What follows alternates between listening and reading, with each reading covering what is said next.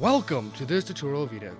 The goal of this video is to show the patient validation, dependent data, debtor import and benefit check.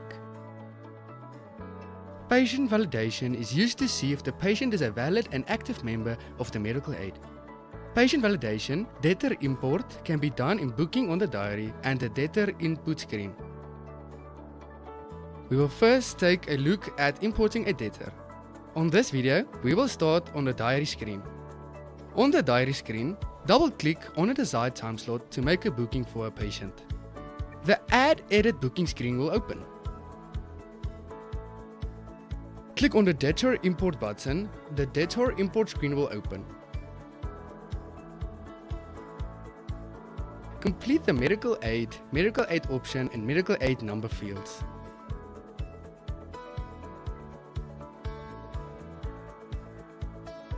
Click on the Import button.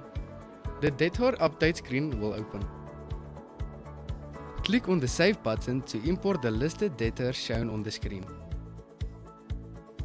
This process can also be done from the Debtor Details screen by clicking on the Import Debtor button. We will now look at the Benefit Check function.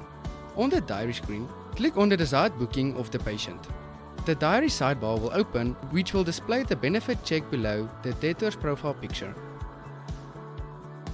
Lastly, we will discuss patient validation.